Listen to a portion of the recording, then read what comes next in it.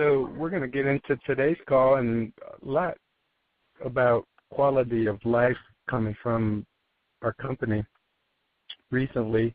Today's call is titled Deal With It. And if you look at what happens every day in life, it's good to take back a little bit, look at what is happening and what you can do, what actions you can take to improve your quality of life. And so today we're going to give a little bit of a discussion primarily about human nature. And human nature dislikes conflicts. So obviously, most of the time, people are brought up to avoid them. And it could be that some of these examples ring a bell with you. Obviously, when we're talking about avoiding conflict, it could be in a relationship you have, could be with a spouse, could be a lot of different things. But today, obviously, we're focusing in on the car dealership. But if you read into this and look into it, you'll find that it is a fact that if you take these simple steps, you'll improve your quality of life. And again, let's say someone shows up late to work every day, and you walk by, you look at the time card or your timekeeping mechanism, and it's just pretty consistent. They're late to work. But this same person, when you're looking at work performance, they're a superstar. So it wouldn't be a comfortable conversation maybe to go up to this individual and ask, hey, what's going on? You're late to work every day. You might use the superstar or rock star status and say, well, that's a reason for me to avoid it. I accept that they're coming in late because, or I accept this poor performance because. And really, down to the nuts and bolts of it, you're accepting it because it's uncomfortable, because you're avoiding the conflict. Maybe you walk past the service desk and you hear an advisor being harsh with a customer, or worse yet, in an argument of why that nail isn't covered and they owe $25 for the repair. You can't say that the nail's covered under warranty. The nail isn't covered. We have to charge you for that. It's $25, whatever that number is. So you see an advisor being harsh.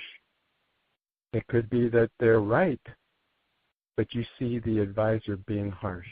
So you're walking past and you go, well, doggone it, they're 2.2 per RO and every other thing of performing great. And you go down a list of reasons, logical reasons maybe, of why you should avoid it. So we do avoid it. We don't talk about it. We let it go. And I want to talk about the examples like this. Really, I could spend a solid week and not run out of examples. And if you're like me, when you hear just some good, hard, common sense truths about this, you realize, my goodness, this does relate to any relationship we're into in our life.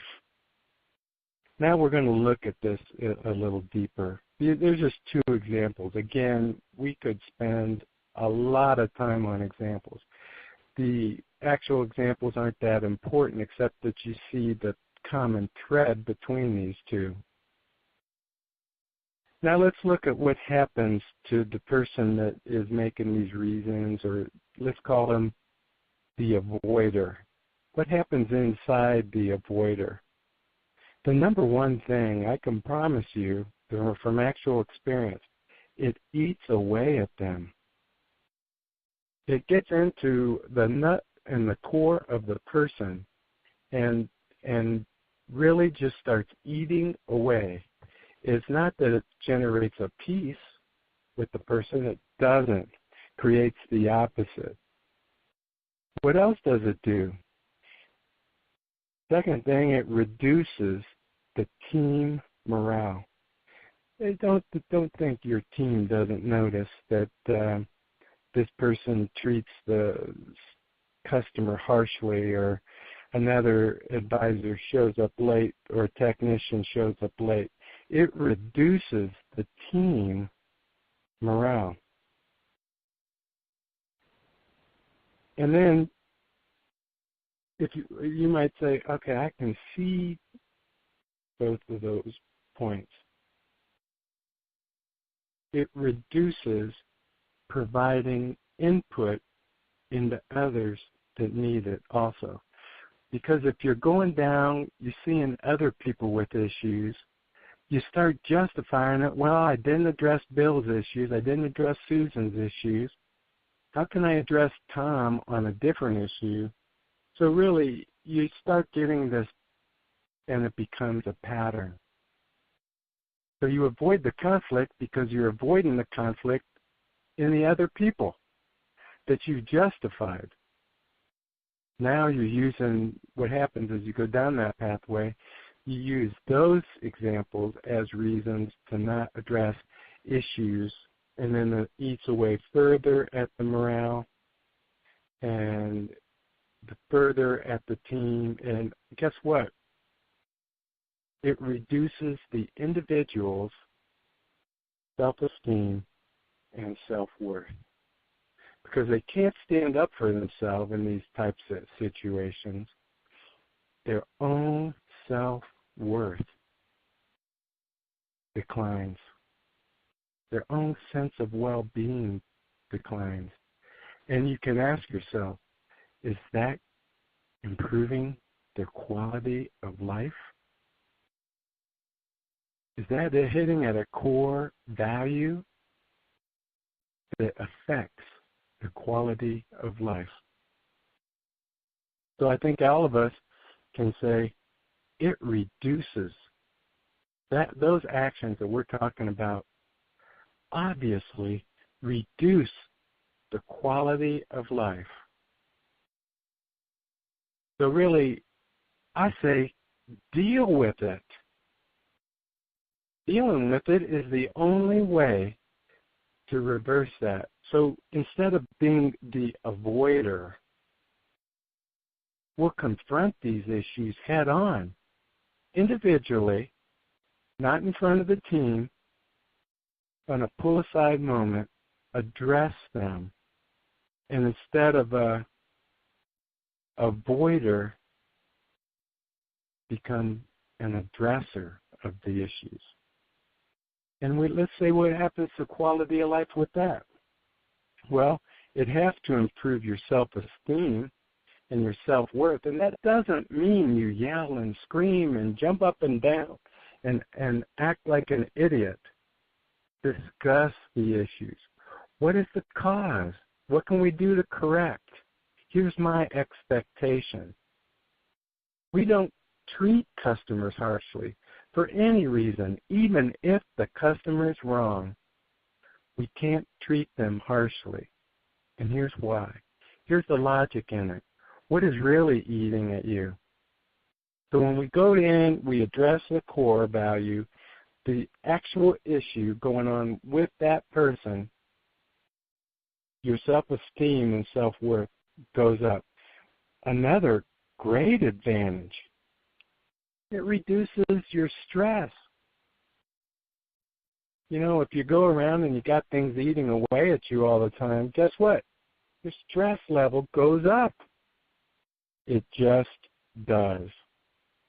And then another great thing happens. Your team morale improves because they're not watching these other people get away with something. And when people see other people getting away with something, it reduces the team morale, but it also gives them an excuse similar to the one that you're using to avoid issues, to go ahead and create their own issue.